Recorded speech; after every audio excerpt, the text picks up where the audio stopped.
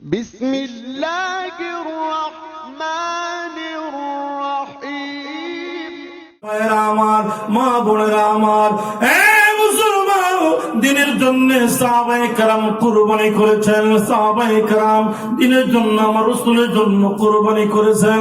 আমি জানতে চাই সাহাবায়ে কেরামের প্রতি আল্লাহ সন্তুষ্ট কিনা? সন্তুষ্ট। আরো জোরে কোন সন্তুষ্ট। রাদিয়াল্লাহু আনহুম ওয়া রাদু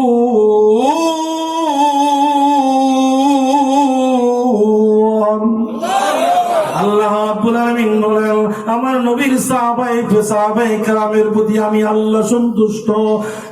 মুসলমান মুহাম্মদুর রাসূলুল্লাহ সাল্লাল্লাহু আলাইহি ওয়াসাল্লামের সাহাবায়ে কেরামের জন্য আল্লাহ সন্তুষ্ট, এমনিতেই সন্তুষ্ট নাকি ওনাদের কুরবানি ছিল অসীম? মুসলমান সাহাবায়ে কেরামের অনেক কুরবানি ছিল এই দিনের জন্য। আমার নবী সাহাবায়ে কেরামকে যা বলতেন সাহাবায়ে কেরাম সব অক্ষরে অক্ষরে পালন করতেন। জোরে বলেন ঠিক কিনা? একদিনের ঘটনা, নবীজি বললেন সবাই যাও, বাড়িতে যাও, যুদ্ধের ময়দানে যাব, কার কাছে নিয়ে আসো দিনের জন্য। ওমরে ফারুক রাদিয়াল্লাহু তাআলা আনহু মনে মনে চিন্তা করতেছেন, আমি জানি আজকে আবু বকরের বাড়িতে কিচ্ছু নেই। জীবনে কোনদিন দান করার বেলায়, নেক কাজ করার বেলায় আবু বকরকে জীবনে কোনদিন ঠকাইতে পারি নাই, হারাইতে পারি নাই, নিজে জিততে পারি নাই। আজকে জানি আবু বকরের বাড়িতে কিচ্ছু নাই, আমি আজকে অনেক অনেক টাকা দিব, অনেক অনেক দান করব। আজকে আমি জীবনে তোর জিতবো আবু বকর থেকে। উসমান বলে আমিও জীবনে কোনদিন আবু বকরকে হারাইতে পারি নাই। আলী বলে আমিও হারাইতে পারি নাই। সবাই বাড়ি চলে গেছে আল্লাহ নবীর কথা পালন করার জন্য। বাড়ি থেকে অর্থ সম্পদ মাল দৌলত নিয়া নবীর দরবারে হাজির হইতেছে। ওই দিক দিয়ে আবু বকর সিদ্দিক রাদিয়াল্লাহু তাআলা আনহু বাড়িতে চলে গেলেন। আবু বকর সিদ্দিক রাদিয়াল্লাহু তাআলা আনহু উনি বাড়িতে গিয়া ঘরের কোনায় বসে বসে চোখের পানি ছেড়ে কান্দে। স্ত্রী ডাক দিয়ে বলতেছে, স্বামী বাড়িতে এসে ঘরের কোনায় বসে আপনি কান্দেন কেন? ব্যাপারটা বুঝতে পারলাম না। আমার মায়েরা, আবু বকরের স্ত্রী ডাক দিয়ে বলেন, স্বামী কথা বলেন না কেন, কান্দেন কেন? আবু বকর সিদ্দিক রাদিয়াল্লাহু তাআলা আনহু ডেকে ডেকে বলেন, বিবি গো, নেক কাজ করার বেলায়, দান করার বেলায় জীবনে কোনদিন হারি নেই, ঠকি নেই। নবীজি দিনের জন্য নবীজি চান্দার কথা বলেছেন। ওমর, ওসমান, আলী সাহাবায়ে কেরাম বাড়িতে চলে গেছে, তারা অনেক দান করবে। আমার বাড়িতে আজকে কিচ্ছু নেই, এই জন্য আমি এই দুঃখে আমি কাঁদতেছি। আবু বকরের স্ত্রী যেমন স্বামী এমন স্ত্রী, উনি ঘর থেকে কিছু সামান্য খাবার, ছাতু একটা পোটলার মধ্যে নিলেন। নেন স্বামী নেন। দিনের বেলায় যা খাইতাম আমরা সন্তানদেরকে নিয়ে, এই খাবার গুলো ছাতুগুলো দিয়ে দিলাম, নেন নিয়োজন দিনের জন্য। আপনি কান্দেন না আমার ভাইয়েরা, বাবাজিরা। আবু বকর সিদ্দিক রাদিয়াল্লাহু তাআলা আনহু সামান্য খাবারের পোটলা হাতে নিয়ে আসমানের দিকে তাকাইয়া ডাক দিয়ে বলে, আল্লাহ, জীবনে কোনদিন 2 নাম্বার 3 নাম্বার 4 নাম্বার হই নাই, আজকে আমার বাড়িতে কিচ্ছু নাই। সাহাবীরা অনেক বেশি দিবে, অনেক বেশি দান করবে, আমি দান করতে পারবো না, আমি ঠইকা যাইব, আমি হেইরা যাইব। দিনের জন্য, কোরআনের জন্য আমি দান করা আমার দ্বারা সম্ভব হবে না। আমার ভাইয়েরা, চোখের পানি নিয়ে আবু বকর সিদ্দিক রাদিয়াল্লাহু তাআলা আনহু নবীর দরবারে গিয়া সামান্য ছাতুর পোটলা, খাবারের পোটলা নবীর সামনে রাইখা মদিনার মসজিদের কোনায় বসে যখন কান্না শুরু করে দিল, নবী তাকায়া দেখেন ওমর সামনে বসা, ওসমান সামনে, আলী সামনে, মুসলমান তালহা, জুবায়ের রিদওয়ানুল্লাহি আলাইহিম আজমাইন সবাই সামনে। আমার নবী ডাক দিয়া বলেন, ওমর, ওসমান, আলী আপনারা সবাই সামনে, আমার আবু বকর কই? আমি জানতে চাই আপনাদের কাছে, আবু বকর সিদ্দিকের দাম আসেনি? কদ্দুর দাম? দুনিয়ার জমিনে আবু বকর সিদ্দিককে মহান আল্লাহ সালাম জানাইছেন। আরো জোরে কম, আরো জোরে কম না সুবহানাল্লাহ।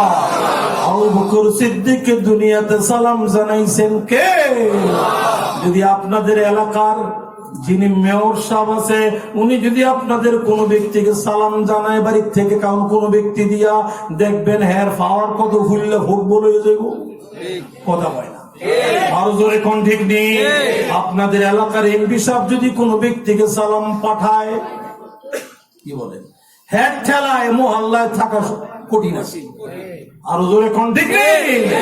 আর বাংলাদেশের রাষ্ট্রপতি যদি আপনাদের এলাকার কোন ব্যক্তিকে সালাম পাঠায়, হ্যাঁ খুশির ঠেলায় স্ট্রোক করে মরতেও পারে। আরো জোরে কোন ঠিক না? মুসলমান, আবু বকর সিদ্দিককে সালাম জানাইছেন, সালাম পাঠিয়েছেন কে? আরো জোরে কে? ওই দিক দিয়ে আবু বকর একটা সালা পড়ছে আর একটা সালা গায়ে দিয়ে নবীর সামনে বসা। মুসলমান, আবু বকর সিদ্দিক নবীর সামনে বসা, জিবরাইল আমিন নবীর সামনে হাজির হইয়া ডাক দিয়ে বলে, ওগো নবীজি, মহান আল্লাহ আবু বকর সিদ্দিককে সালাম জানিয়েছেন, আমি আপনাকে সালামটা পৌঁছে দিলাম, আপনি আবু বকরের কাছে সালামটা জানাই দেন। জোরে কন্যা সুবহানাল্লাহ। আমার ভাইয়েরা, বাবাজিরা, আবু বকরের পরনে একটা সালা, গায়ে একটা সালা চট। আমার নবী মুস্কি মুস্কি আসেন, দেখে দেখে বলেন, আবু বকর, মহান আল্লাহ আপনাকে সালাম জানিয়েছেন, আল্লাহর সালামটা আপনি গ্রহণ করেন। আল্লাহু আকবার। আর আল্লাহ জানতে চান, আপনি যখন মক্কার দুনিয়া ছিলেন, আবু বকর, আপনি যখন মক্কার ধনাঢ্য ব্যক্তি আছিলেন, ব্যবসায়ী আছিলেন, তখন বেশি খুশি আছিলেন না চট গাই দিয়া, সালা গাই দিয়া বেশি খুশি? আল্লাহ জানতে চান। আবু বকর সিদ্দিক রাদিয়াল্লাহু তাআলা আনহু চোখের পানি ছেড়ে ছেড়ে কান্দেন আর বলেন, ওগো আল্লাহর নবী, বিশ্ব নবী মুহাম্মদুর রাসূলুল্লাহ সাল্লাল্লাহু আলাইহি ওয়াসাল্লাম, আমি যখন মক্কার ধনী ছিলাম, মক্কার ব্যবসায়ী ছিলাম, শিল্পপতি ছিলাম, তখন তো আল্লাহর সালাম পাই নাই। হুজুর, আমার জিন্দেগীর দ্বন্দ্ব গুলো দিনের জন্য, কোরআনের জন্য দান করতে করতে আমি ভালো কাপড় পরতে পারি না, সুন্দর কাপড় নাই, আরামের কাপড় নাই। আমি যখন চট গাই দিয়ে রাস্তা দিয়ে হাঁটি, এই অবস্থার ভিতরে আমার আল্লাহ আমার সালাম জানিয়েছেন, আপনি আল্লাহকে জানিয়ে দেন, এই অবস্থার ভিতরে আমি আল্লাহর প্রতি রাজি এবং খুশি আছি। মুসলমান, মুহাম্মদুর রাসূলুল্লাহ সাল্লাল্লাহু আলাইহি ওয়াসাল্লাম বলেন, ওমর, উসমান, আলী, আপনারা সবাই আমার কাছে। আবু বকর কোথায়? একজনে বলে, আবু বকর মদিনার মসজিদের কোনায় বসে বসে কান্দে। ডাক দিয়া নিয়ে আসেন। এবার ডাক দিয়ে যখন নিয়ে আসা হলো, নবী ইন্টারভিউ আরম্ভ করে দিছে, পরীক্ষা লইতেছে। ওমর, কি নিয়ে আসছেন আজকের জন্য? কি নিয়ে আসছেন আপনি? ওমর বলে, ওগো নবীজি, আমার সম্পদকে আমি এত ভাগ করেছি, আমি 3 ভাগ করেছি, 2 ভাগ নিয়ে আসছি, স্ত্রী সন্তানের জন্য 1 ভাগ রেখে আসছি। উসমান কি করছো? এত ভাগ করেছি, এত ভাগ বাড়িতে রেখে আসছি, এত ভাগ দিনের জন্য নিয়ে আসছি। আলী কি পরিমাণ আনছ? এত ভাগ রেখে আসছি, এত ভাগ দিনের জন্য নিয়ে আসছি। সমস্ত সাহাবায়ে কেরামের পালা শেষ, ইন্টারভিউ শেষ। এবার আমার নবীর দৃষ্টি আবু বকরের দিকে।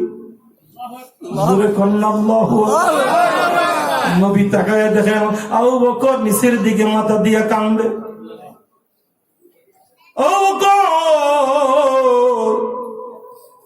সবাইকে জিজ্ঞাসা করছে, কি নিয়ে আসছেন, কি নিয়ে আসছেন? আবু বকরকে নবী জিজ্ঞাসা করলেন, বাড়িতে কি রেখে আসছেন?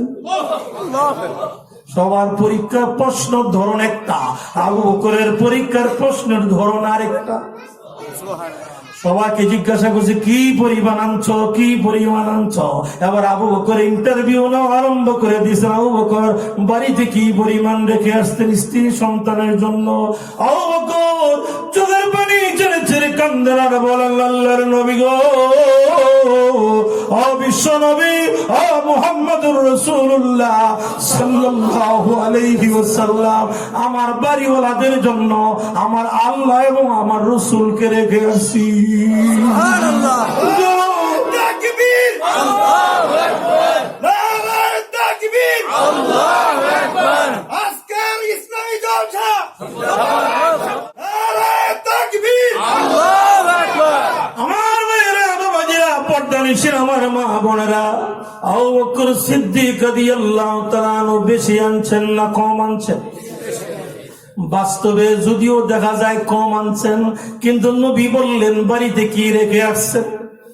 আবু বকর বলেন, আল্লাহ বিশ্ব নবী, আল্লাহ রাব্বুল আলামিন বিশ্ব নবীকে আমার বাড়িতে রেখে আসছি, আর কিচ্ছু রেখে আসতে পারি নাই। হুজুর, আমি আবু বকর আপনাকে আমার জীবন থেকে মোহাব্বত করি। মুসলমান, হিজরতের সঙ্গী ছিলেন আবু বকর সিদ্দিক রাদিয়াল্লাহু তাআলা আনহু। জোরে বলেন ঠিক কিনা?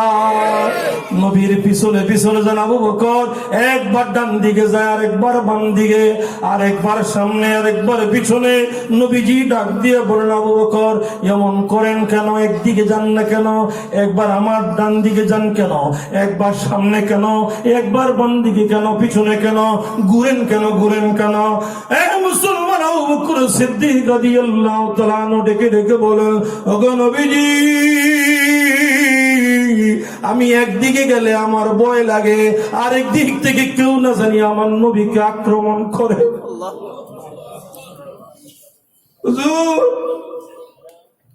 ওগো নবীজি, আমি ডান দিকে গেলে আমার ভয় লাগে, বাম দিক থেকে কেউ না জানি আমার নবীকে তীর মারে, পাথর মারে।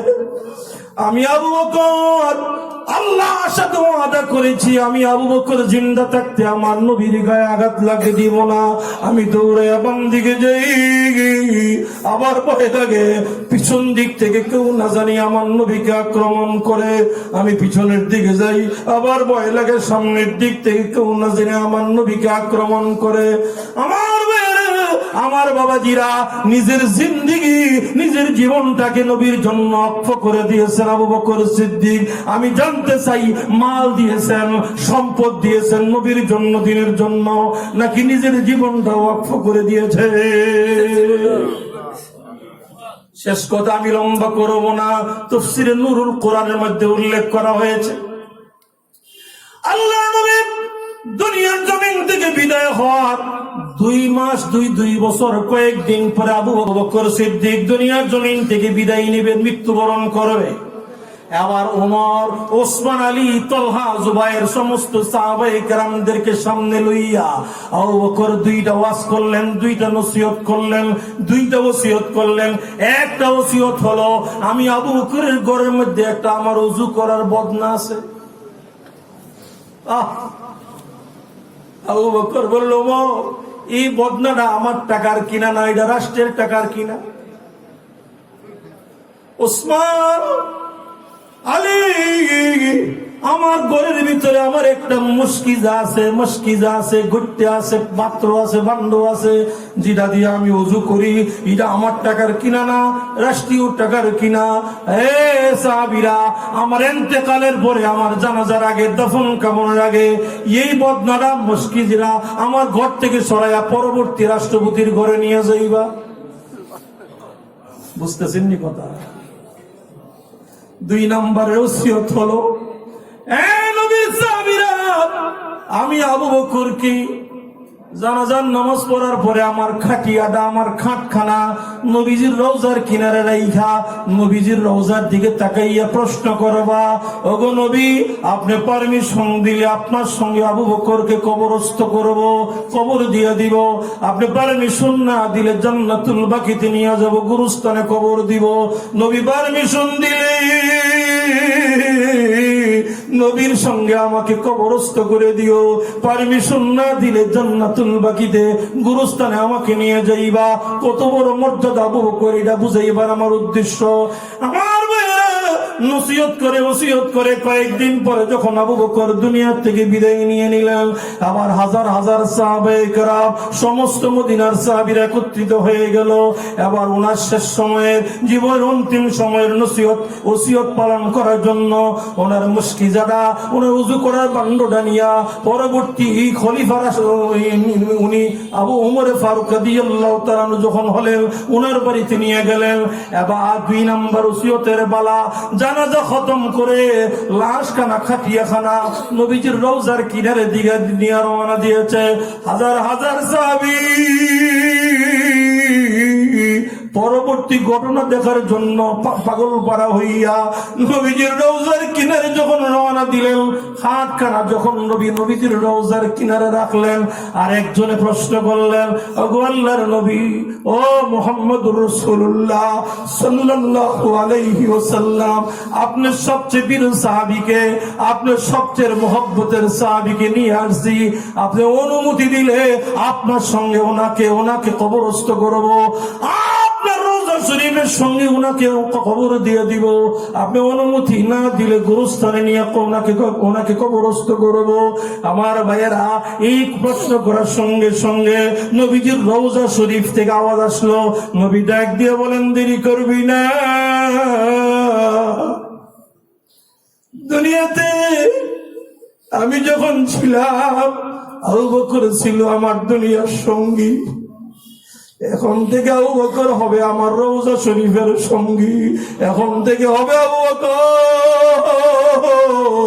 আমার জান্নাতের সঙ্গী। হে সাহাবীরা, আদখিলিল হাবিবা ইলাল হাবিব, দেরি করিস না। আবু বকর সিদ্দিক, তাড়াতাড়ি আমার সঙ্গে শোয়ে দে, কবরটা খনন করে দে। আবু বকর সিদ্দিক রাদিয়াল্লাহু তাআলার মর্যাদা আল্লাহর দরবারে কম না বেশি? হে মুসলমান, বেশি মর্যাদা হইছে এমনি না কিছু আমল করেছে? নিজের মাল দৌলত দিয়ে দিছে নবীর জন্য, কোরআনের জন্য, নিজের জিন্দেগি নবীর জন্য, কোরআনের জন্য ওয়াকফ করে দিয়েছে। মুসলমান, যেই কায়দায়, যেই পদ্ধতিতে, যেই নিয়মে সাহাবীরা নিজের জিন্দেগি, নিজের মাল ও দৌলত কোরআনের জন্য, দ্বীনের জন্য ওয়াকফ করে দিয়েছে, ওই নিয়মে যদি আমি আপনার কোরআনের জন্য মাল দিতে পারি, জান দিতে পারি, আমার আপনার অর্থ সম্পদ ব্যয় করতে পারি, এ মুসলমান, সাহাবায়ে কেরামের প্রতি আল্লাহ যেভাবে সন্তুষ্ট, আমাদের প্রতিও আল্লাহ সন্তুষ্ট হয়ে যাবে। জোরে কোন ঠিক কিনা?